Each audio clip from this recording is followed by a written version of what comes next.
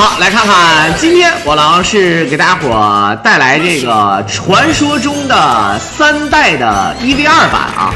那这次呢，跟大家伙说一下什么叫做1v2版呢？1v2版啊，顾名思义就是一个人打2个人的这个怪。伤害呢，比如说这个 BOSS 的血量也是增加的啊。这里面呢，因为你2个人肯定比1个人强啊，对吧？所以说他要把这个游戏变得稍微难一点。而1个人打2个人，咱们就是俗称，比如说恐龙快打1v3，什么三国战记1v4啊，然后呢，比如说忍者棒球1v4，甚至还有变态的忍者棒球1v8等等。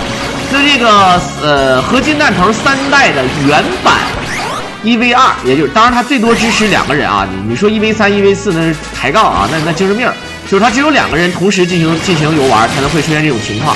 然后呢，咱们这次啊是来自于这个破纪录的。这个心愿呢，它是破掉了这个之前的记录，而且它远超之前的速通记录3分半钟左右啊，所以说是非常非常的厉害啊。他选择的角色呢是艾瑞，当然这里面并不是轻版，所以说他的这个特殊技能呢又没有加，所以说无所谓啊，这里都是小事儿。它不像轻版，但这里面可以看到呢，咱们一路呢都是为了速通的路线呢，就不像大伙想象中的那个路线了啊。3代呢基本上很少有人玩速通，何况是1v2版。那么就简单版的不是简单啊，就这个困难版的这个原版速通不是1v2版。你看，给你2个坦克，然后直接打。这坦克上有10颗雷，看没看见？这个如果说是给你原版的话呢，目前记录应该是30分钟冒头。TAS 呢不知道 ，TAS 好像是28分钟还是27分钟多少，反正 TAS 呢也确实是快。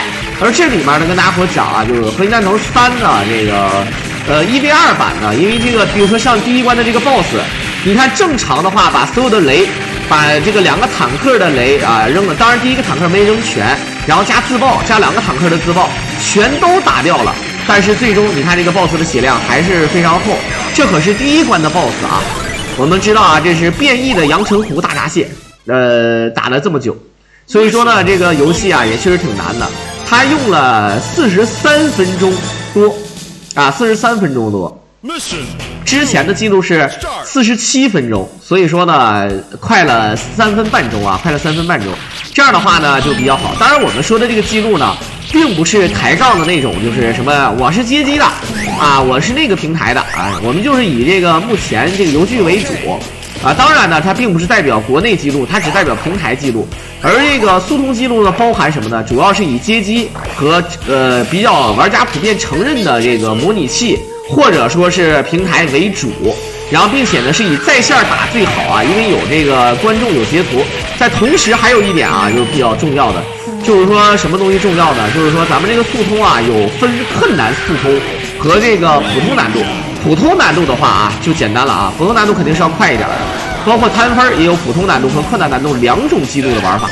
然后再有一点呢，就是世界纪录和国内纪录还不一样。但这里面呢可以看到啊，它的玩法呢是为了速度快，所以说你像这种冰人的这个路线啊，基本上就不进了。咱们正常呢就是走这个对吧？走这个美军去了啊，走这个这个叫艾伦的这个基地，就是Modern将军手底下的第1员猛将啊，就是那个光头徐锦江大哥啊，对吧？好，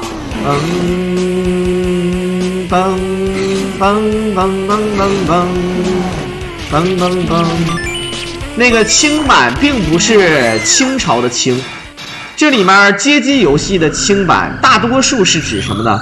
就是把后续其他代的功能或者后续游戏的功能提前加入到游戏的这个对吧？游戏的前面，然后再加上一定的适当的改动，所以说叫轻版。轻是那个青少年的那个青啊，是这么一个路子。好，走，他发出来的这个球呢是可以秒掉咱们的啊，就算咱们变成这个就算咱们变成这个也会死。好，直接秒掉。来看看秒这个是秒，他得卡一个无敌位，先1手2手，这个扎不到咱们不用怕啊。3手4手，你看正常已经死了， 5手还没死，这就是1v2。6手直接把冠状沟打爆了。你看这个冠状沟啊，如果是单人的话，应该是4手就爆，所以说是增加了这个血量啊。Mission complete。好，第2关。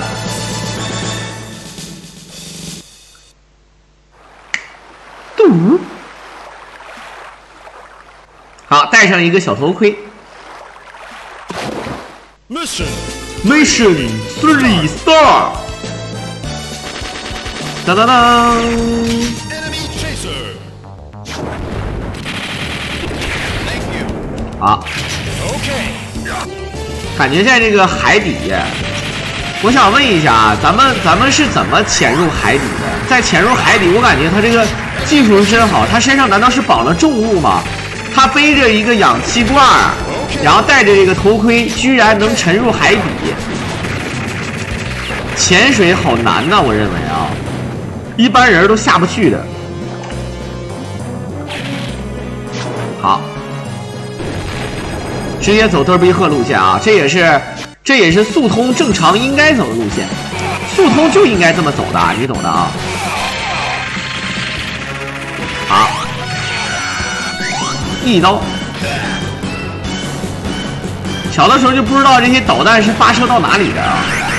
这导弹这么大，有的导弹是竖着往上走，这就没办法了。如果是横着的话，咱们可以踩在那个导弹上啊，这个设计非常的可耻啊，也不知道咋想的。啊，德尔比赫，为什么要给2个德尔比赫呢？因为是1v2版本啊，他以为你是2个人。啊，这里面很多人问空中为什么还会掉一个德尔比赫，这就是说呢，他判定你呢有2个人，他以为你有2个人，但是呢这个地方呢不给你这个赫，你跳不过去，但是你确实只有1个赫，你有2个人，1个赫是跳不过去的，所以说在这种情况下呢，他又给你空中掉下来一个。怎么让它掉下来2个呢？你提前先把 AB 就这么给它放走，它会从空中掉下来2个。当然啊，也是1v2版本，如果是正常版本的话，只会掉1个。好了，可以看到现在咱们这个版本啊是没有鲜血的，其他的版本呢，有的改版是有鲜血的。鲜血的改版是什么呢？就是可以看到咱们 BOSS 的血量啊，比如说这个 BOSS 3000多滴血，好，先手一个镭射眼，然后一个大砸。这个砸呢，虽然说是一个矩阵型的炮，但是确实是啊，这个攻击的比较散，也并不是那么难躲。好，你看他身上已经冒气儿了，说明他已经对吧，血量到一个某种状态了。Heavy Machine Gun， 还剩7个雷，直接炸掉，还没死，都已经攒了300多发了啊。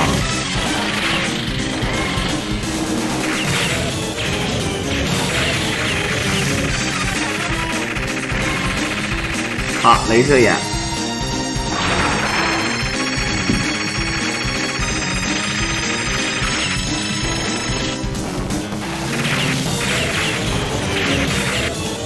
感觉那个子弹吃不吃？你先突突再说啊。好，这太抗揍了，这实在是太抗揍了，没法说这个事儿，直接打爆。嗨 ，Mission 3 complete。当当当当当当当当当当当。好，又是我最喜欢的关卡啊！我经常拿这个背景音乐跳绳，贼嗨，你们试一下啊！当当当当当当当当当当当当当当当当当，这带有一股浓厚的中东的这个气息啊！像什么阿拉伯联合酋长国呀，啊，像什么这个沙特阿拉伯呀，啊，有这种感觉是不是啊？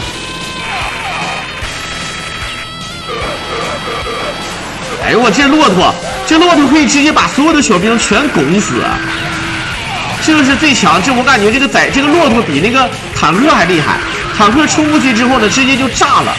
对吧？也就一次性伤害。这个骆驼，你只要跑得比骆驼快，你跑得比它快，它可以直接把所有的东西全顶死。我操，屌的要死啊！好，速通的话呢，肯定是要走这个蒲公英路线，然后呢不走密室啊。蒲公英路线呢，我们不走密室，我们直接就是一路头歪歪，干掉这个雷桶之后呢，直接就打太阳神啊，直接打太阳神，没毛病啊。太阳神的话呢，1v2版它速通，不知道是不是要卡龙。卡龙呢不一定快，但是卡龙是一定稳啊，卡龙是一定稳的。我们看看怎么说。好，这是自导导弹的节奏啊。他想把这个花直接脱没，不用打了，这就是不用打，然后用这个自导导弹来打这个我管这个叫这个大蚂蚱子，可以飞的那个大蚂蚱子啊。好，不摇，直接走。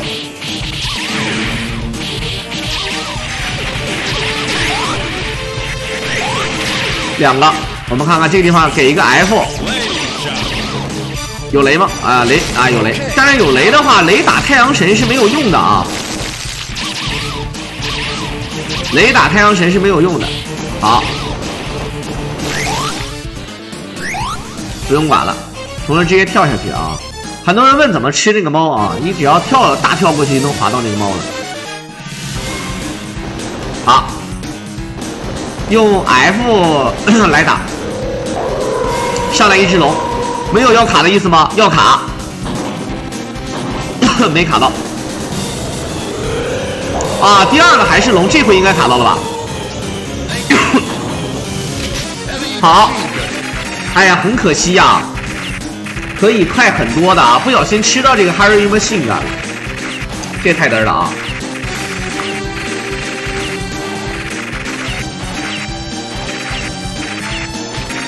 你看。这样的话少了很多 F 的子弹。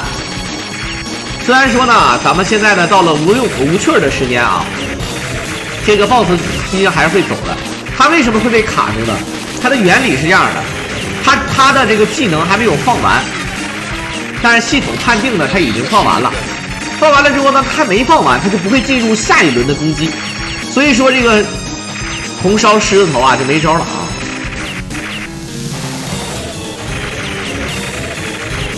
其实也不能说史上最强 BOSS 变最弱 BOSS， 最起码他还肉一点。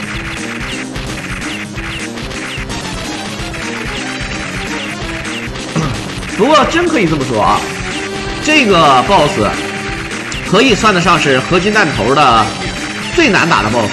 当然咱们仅限这个困难难度啊，有很多人玩那个普通难度，上来就把这个狮子头秒了，就觉得哎我无敌。我无敌啊，那不是的啊！很多人说不对吧？那按理说都是什么最后一关难，什么5代的最后一关它不难吗？事实上，第5代的最后一关还真的不难。但是第5代的最后一关，之前我跟大家伙解说过啊，1v2版本呢，这个人脑是没有办法，到目前为止是没有办法一并通关的，因为它时间不够，它真的时间不够。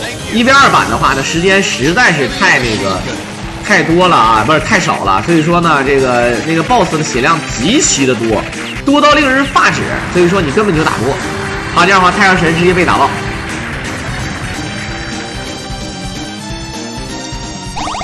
You're great. Mission complete. 这个 bug 还真的不是特别好修复的。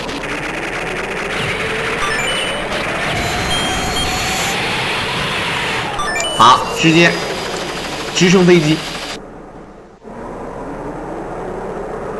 这个地方，他的为什么要等一会儿啊？他可能是等第2个人，他没有检索到，但时间到了，直接就走了。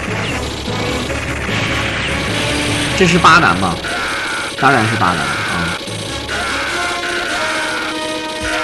他的操作者是这个心愿啊，这是困难难度的啊。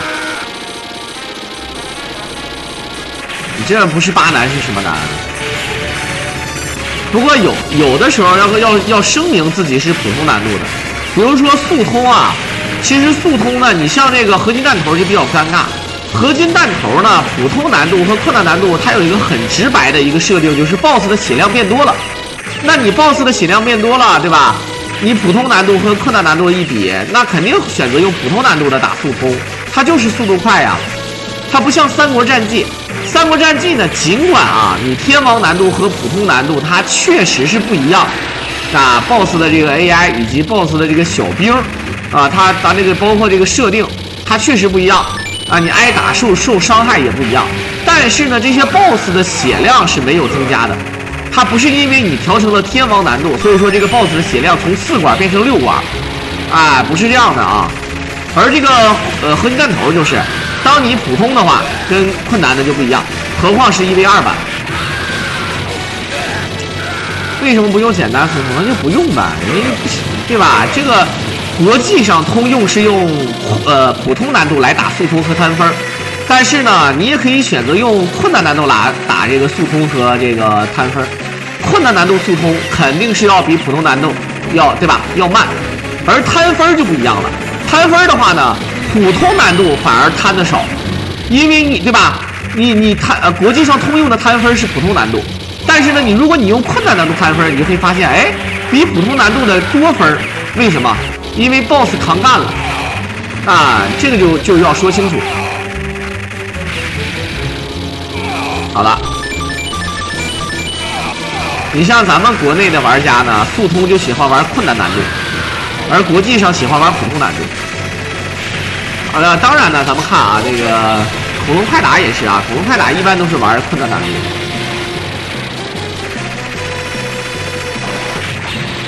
好像恐龙快打这个调难度我都不知道什么意义啊，谁能告诉我？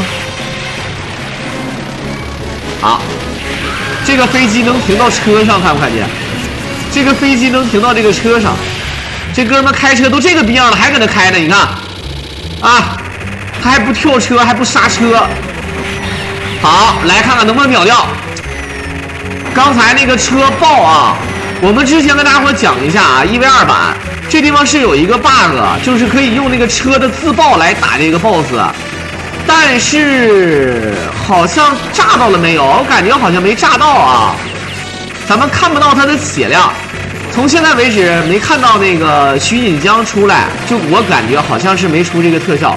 就打这个 BOSS 用那个车，你把车拖出来之后，可以把它炸掉的。好，徐锦江出来了，但是徐锦江的这个身体没有发红，是不是？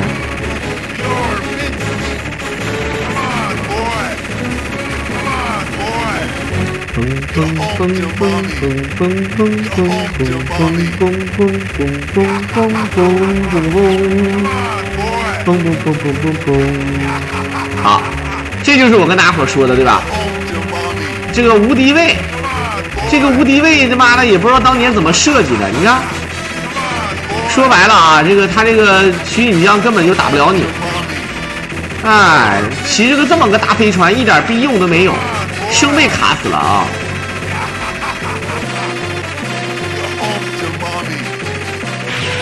好 ，See you and hell， 直接飞走了。当当当当当当当当当。顶上那个小喇叭那个，你要打的话会有5万分的奖励啊！打完它之后呢，会奖一个5万分。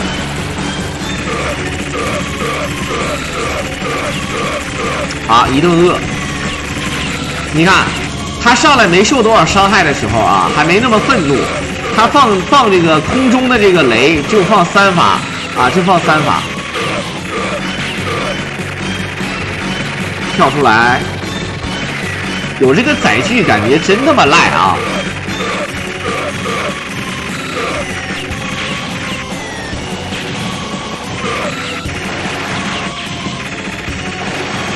好，再说。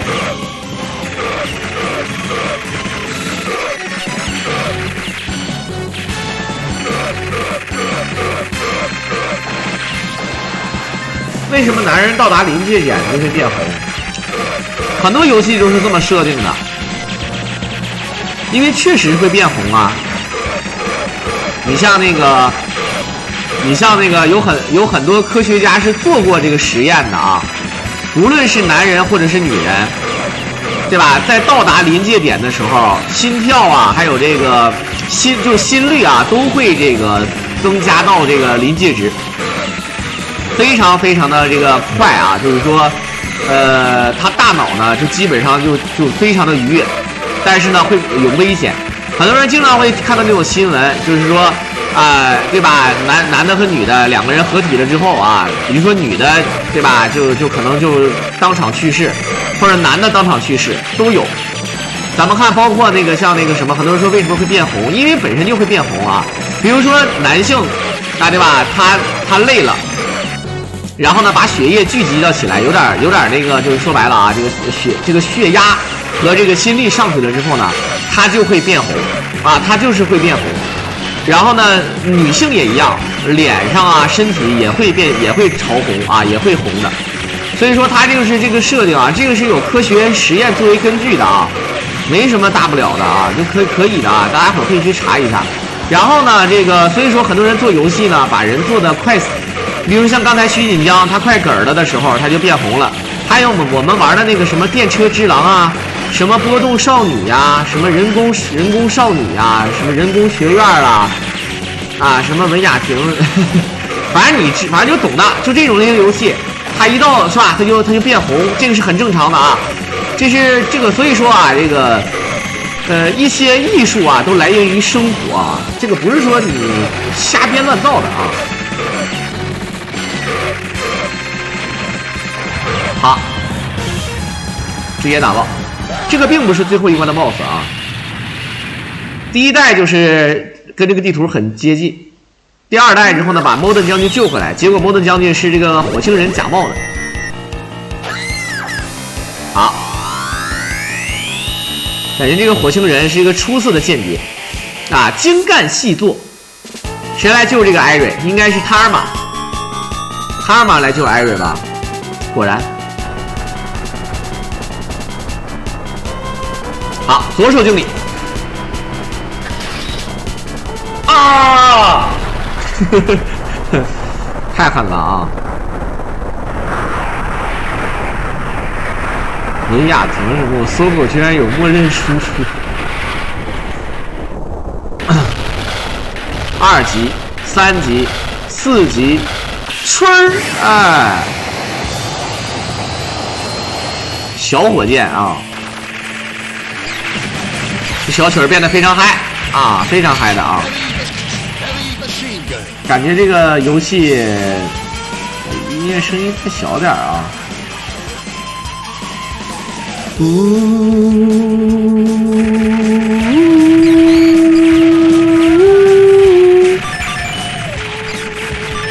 好，我们先不扯这个事儿了啊，就是速度快吧啊，咱们玩就速度快，你甭管是1v2还是啥的啊，你干就完了啊。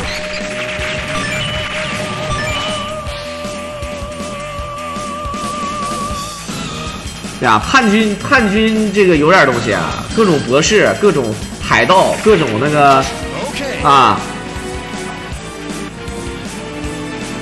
各种酋长，什么都有。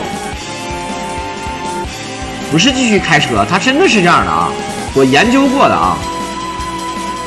据说是有一个科学家，在1950几年的时候吧。啊，他就研究这种心理上的这个设定，然后呢，他就做这个记录。原本呢，他跟他的这个老婆啊，都是这个对吧？这个他跟他老婆呢，属于就是都是属于知名人士。他属于这种这个博士啊，是哈佛大学，不是哪个大学的啊，好像另外一个大学的忘了，反正这大学也挺厉害。结果呢，这个他老婆就对吧？就告诉这个大学的这个院长啊，学院的院长说你要把这个教授开掉啊，教授是我老公，为啥？因为他背着我啊做一些见不得人的那种实验，他居然跟他的女助手啊做这个合体实验。什么叫合体啊？合体，好，自蛇一臂，合体就是合体啊，就是大家伙能理解什么意思就好啊，就是合体了。这个合体了之后呢，然后对吧？这个，那你正常谁也接受不了，然后就离婚了。离婚了之后，这个他就跟他的女助手结婚了啊，也不逼人啊。然后呢，这俩人之前做的实验大概就是说什么呢？就记录自己这个啊，在这个合体的时候呢，心跳的速率，尤其是在达到这个最愉悦的时候的速率啊，他俩就开始记录。后来让他原配啊，当时就把这个记录就给烧掉了。后来呢，这个他俩呢也就被开除了之后呢，就自己创业啊，自己搞别的实验啊。当然呢，其他的故事就跟这个没关系了。后来又有人做啊，说有2个科学家啊，就有一个人怎么说呢啊？说有个女的说来找这个2个科学家，说那个我就是不好意思啊，哎，我有点不好意思，怎么了啊？你看啊，我就是我不能想，我可能有那种就是这个叫什么呀？这个叫也不叫性成瘾吧，还不是性成瘾。现在就是有这种患者啊，我不知道大伙儿就是你要就是如果你们要是关注这个圈子的话，不能没啥圈子啊，就是说关注这个啊世界上的一些这个比较奇葩的这种人，比如说有这个巨人症，有什么这个比如说侏儒症。还有什么巨乳症啊？有的人天生啊，有的人天生就长到这个对吧2.5米几，有的人特别矮啊，不到70厘米啊，甚至不到50厘米啊，就是这种啊，人就不理解啊，都是特殊的啊。有的人呢，就是对这个性他成瘾啊。这个女的是怎么回事呢？她就是不能想啊，她就是不能想，她只要一想这个男女之间的事儿，或者一想这个什么，她幻想啊，比如说她幻想着一只米老鼠。然后和他有感情，他就不行了，啊，他就没几秒钟，他就要，啊，这个女性这种，就我不知道大伙能不能理解啊，说他很困扰啊，他很困扰，这肯定是病，但是呢，病是肯定是病了啊，肯定与常人有异。这俩人呢，就准备就让他就一看这是天赋异禀啊，这是啊，让他配合这2个人做实验，就记录，给他俩放到给这个女的放到一个仪器里。专门监听他的这个心跳、心率，还有比如说温度、体内温度，就让他想啊，让他想，哎，给他个图什么的，给他个什么当时的男模特，哎，就搁这想。然后呢，这个，但是呢，这个发表这个文章啊，有很多杂志呢就觉得你这个太黄了、太色了，发不了。当时可能是还是思想有点紧入。后来呢，他又说呢，你既然对吧？有一个杂志说你能发啊，你能发，你这样的啊，你就那个你能发，但是你一个人不能拿来做这个数据，因为他这一个人啊，他是特殊的，你不能来证明你的论证说人体会怎么样，会达到什么样，你点那个研究，对吧？你一个人的记录都不行，你点1对男女啊，点10对男女，甚至是20对，哎，对吧？有这个配比，那各样的人群都有。所以说他就找这个志愿者啊，找这个叫什么这个核磁那个机器，哎，然后让这个各种情侣就进来，然后合体啊，然后呢这个做了好几次吧，都有点这个怎么说呢啊，做了好几次呢都不太合格啊，感觉就是坚持不下去，因为那个地方太狭窄了，这俩人也干不上啊，没招没辙呀，咋办呢？那没辙就得想办法。后来有什么办法呢？后来呢，他也没办法。但直到呢，对吧啊？这个核磁机器是啥意思？核磁共振，对，核磁，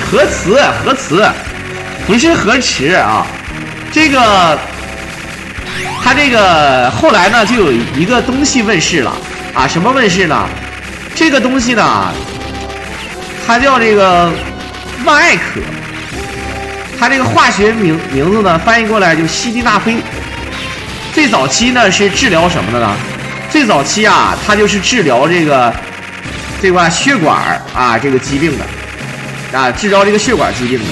但是他研究这个东西的时候呢，他临床实验的时候呢，发现啊这个东西好像不太好使，他就把这个发给了对吧好几百人，他就想把这个药品收回来。以防这个在用的时候万一有问题呢，用这个东西的时候会出现副作用怎么办啊？他说我们这个项目呢可能会失败，或者说是我们可能还要再更改这个配方，然后再寻找这个病的治疗方法。但但是呢，这个所有的这个受到这个心脑血管这个病治疗的这个人呢，他不愿意把这个药交出来，他甚至还要再问你还有没有这个药啊？你把这个药给我，对吧？你把这个药给我。他说这个很纳闷啊，他就问啊。后来呢，经过调查发现呢，他能让这个男性啊，能让这个男性呢，这个叫什么啊？这个叫就是那个他这个血管啊，这个能让他血压一上来，让他这个就能雄起啊。所以说你看，在中国呢，咱们这个叫伟哥，在这个咱们中国台湾呢叫什么叫威尔刚啊，对吧？啊，就是这个意思啊，就是万艾可啊，西地大非，对吧？啊，就是帮助咱们实现这个，对吧？到现在就是很多就是70岁的老年人。想要的话呢，也是可以实现的，只要你身体健康的话啊。当然这个呢是另外的事儿。我们前面说的那个故事是什么呢？就他这个坐在这个核磁这个机器里面，这两个人合体啊，这个实在是他那个环境不好，然后呢就紧张，他不能长时间的啊，这个超过15分钟维持这个，尤其是这个男性啊，因为我们前面说过有一个女性，她只要一想，她就能，对吧？就能实现这个。啊，实现这个对吧？这个大脑，它就脑波，它就会兴奋啊，它就很厉害。但是男的呢很少，他可能是生理问题，就没有这样的人啊。有这样的人，他也不可能跑到科学家那儿去问啊，可能是。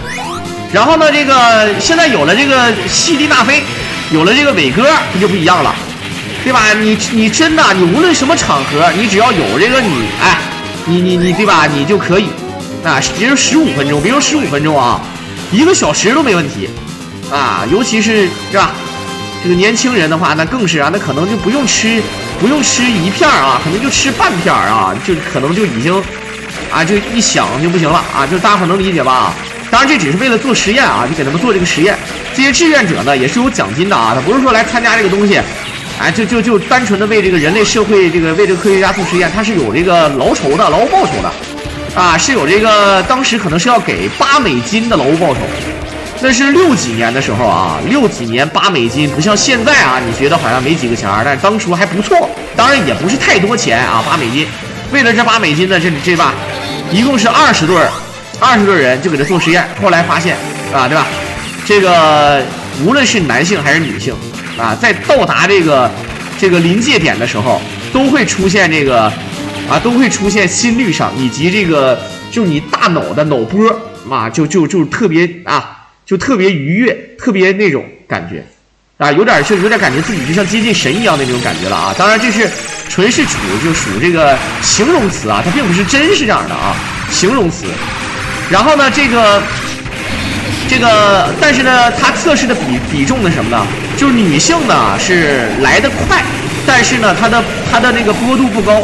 可能是由于它的这个生理结构问题，它最高的是能达到这个150多，而男性最多能达到208啊。当然这只是一组测验啊，这是20对男女呢，并不代表世界上所有人，所以说呢也只是啊测验一下，普遍是男性的这个波动是比女性要高啊，是这么一个路子啊，是这么一个这个设定。当然呢，这个咱们就说这个意思啊，当然是这个意思。然后同时呢，跟大家伙讲啊，就是说，我们不知道大伙看没看过一个英剧叫《黑镜》，《黑镜》里面呢就有一集是黑镜啊，好像是我90%是黑镜啊，或者应该不是那个9号密室啊，但是呢应该是黑镜是没跑了。这个里面就讲有一集什么呢？就是说啊，有一个医生。他发明了一个机器，他这个机器是干什么用的呢？他这个机器呢，把这个机器啊连到一个病人的身上，然后呢这边呢连到自己的脑袋上，他就可以知道这个人的痛苦。当然呢，我们知道好像有一个电影叫《绿里奇迹》啊，那个黑人呢非常伟大啊，那黑人有超能力，他就可以感受人的痛苦。当然呢，那是超能力啊，咱们就不说了啊。这个呢，黑镜里面讲了什么呢？它就有这个机器，这个机器呢，它就能知道病人的痛苦。你比如说，有的病人已经昏迷了，或者有的时候是婴幼儿，他不会说话，不会跟你沟通。你带上这个脑波，你就知道这个痛苦，你就知道该怎么对症下药。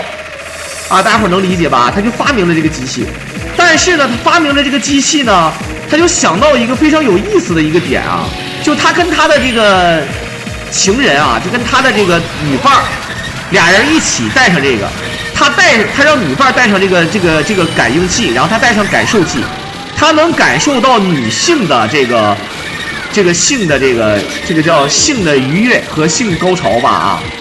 然后他又能感觉到男性的性，对吧？男性和女性的他都能，就是他是世界上唯一一个能感受到男女啊！我不知道，我说这个意思啊。当然这不是电影嘛啊，这玩意儿他妈编呗，这编剧写呗，反正吹牛逼也不上税是吧啊？他就说这个意思啊，他就说这个意思。然后呢，这个当然呢，这个只是我感觉他这也算是一种这个脑洞吧啊。当然，他也是利用这个实验里面讲，就是说，确实是男性和女性的这个愉悦点不一样。然后呢，对吧？有这个剧情。除了这个剧情之外呢，还有一个设定呢，就是什么呢？还有个设定就是，当然他最后呢，就是他感受，他还是一个合格的医生，他感受这个病痛，他为了感受，就这么说吧，他时间长了，他对这个痛苦上瘾，一般的这个病痛，包括癌症。他觉得都没意思，他就上瘾，你知道吧？他就后来没办法，他想把人整得更痛苦，然后呢自己再连上，他就他妈的，当然这个剧情是这么设计，反正还是那句话，编呗，反正编剧就编呗，他妈吹牛逼又不上税是吧啊？然后我说这个意思啊，我这个不是黄段子啊，我这都是科普类的。我跟你说，你在什么格斗、怀旧、街机，你在这个游戏直播间里，你能听到科普，我告诉你这是不简单的啊！而且我这不是一本道啊，不是一本正经的胡说八道啊，我就是正儿八经的科普，我告诉你，这都是实打实的，你信就信，不信就拉倒啊，这个意思啊。好，打爆了。我想问一下，他被抓来之后呢，对这个敌人的这个还挺了解啊，对不对？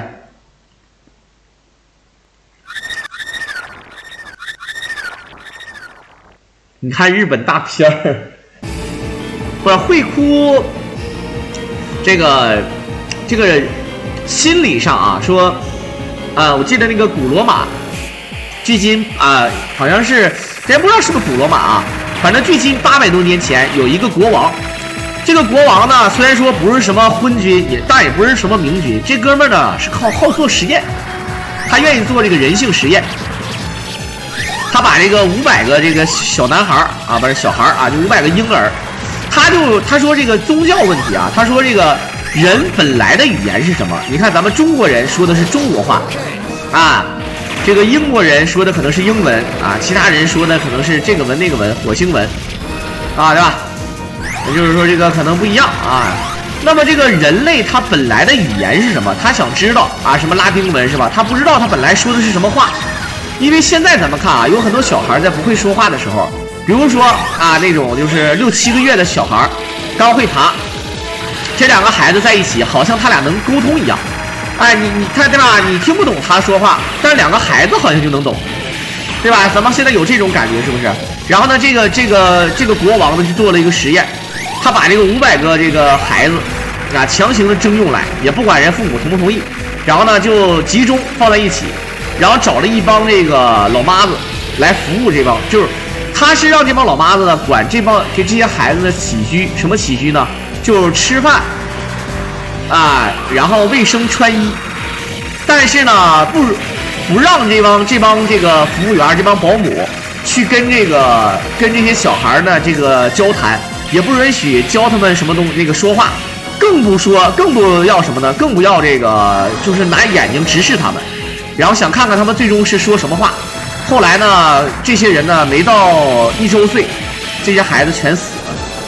当然呢，这里面不太严谨啊，记录是全死了，但是呢，其中发生什么事了，可能有别的原因。但总体上来讲呢，就是人啊，这个包括还有很多人来做这个实验，说人性最牛逼的什么呢？就是最悲惨的事是孤独啊。就什么东西都比不上孤独，孤独是人类最受不了的刑罚啊！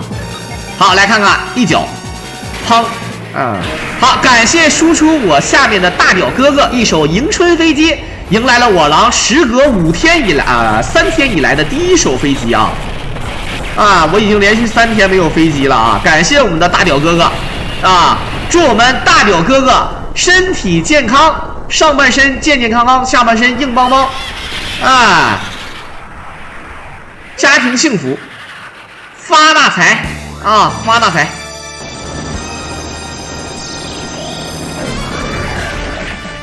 好，来看看啊，这可是最强大脑，兄弟们，这是真的最强大脑啊！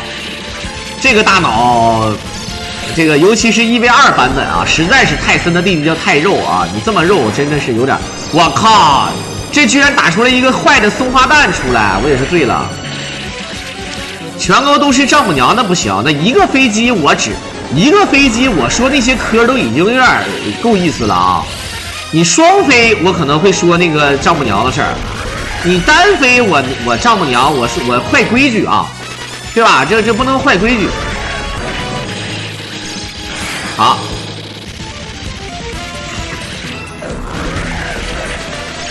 咱不能坏规矩啊！你这一个飞机咱就说差不多得了啊。这个大脑的智商多少？这个大脑的智商是负数。这个大脑他妈除了肉一点，你他妈抓那个坦克有个鸡巴用啊！你好像傻子一样。这个火星之根，你好意思？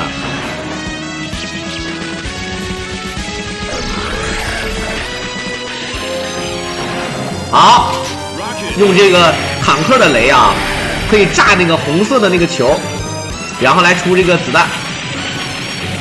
摊分的话呢，就希望炸出一个蛤蟆出来，炸出一个蛤蟆5万分。好，如果是速通的话呢，希望能炸出一个傻干啊，一个傻干这多实惠啊，对不对？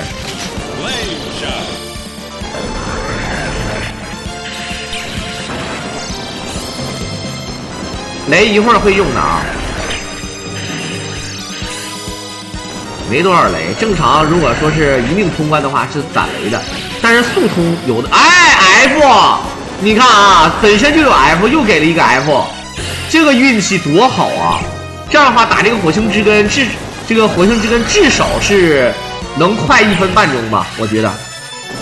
就哪怕你左右刀也没有这么快的。好，落地。好。我操，差一点被这个绿球打着啊，有点悬。傻干！哎操！这给傻干都不是，他点儿是真好，但是这个傻干的位置不好啊。这傻干的位置是真的差多了，好像扔雷了。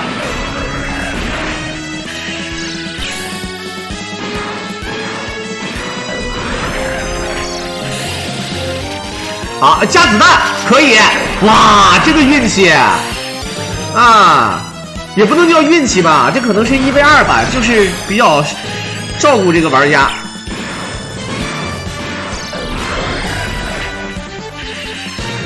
好，再次感谢我们的叔叔，我下边的大屌哥哥啊，感谢我们大屌哥，一手大飞机支持我了，开心啊！妈的，没有任何事儿比工作这个带来收益能让人更开心了啊！辛辛苦苦的工作如果没有收益，是吧？而且还孤独，对吧？你像我作为一个解说，我从今年元旦1月1号开始解说到现在，虽然说也休息了，最起码得有13、14天啊，但是你狼真的是很孤独啊。好，你坦克吃这个工具箱，就是没有子弹吃工具箱没有意义啊。这个火星之根太扛干了，你看这 1v2版有可能都过不去啊。不给红点了，我操！左右刀，好的，拼了啊！直接就是火星之根冒这个脑花，你看这脑花冒绿光，眼睛都闭上了，死透了。但其实呢，在那个第6代里面还出来会有这么一个载具，然后帮咱们来打那个外星人啊，畸形人，是很好，用了43分钟。40多秒啊就通关了啊，确实很厉害。在片尾的最后呢，也是感谢大家伙的收听。如果大家伙喜欢我狼解说，可以点击屏幕上的关注和订阅来支持我狼。我们就下期再见吧。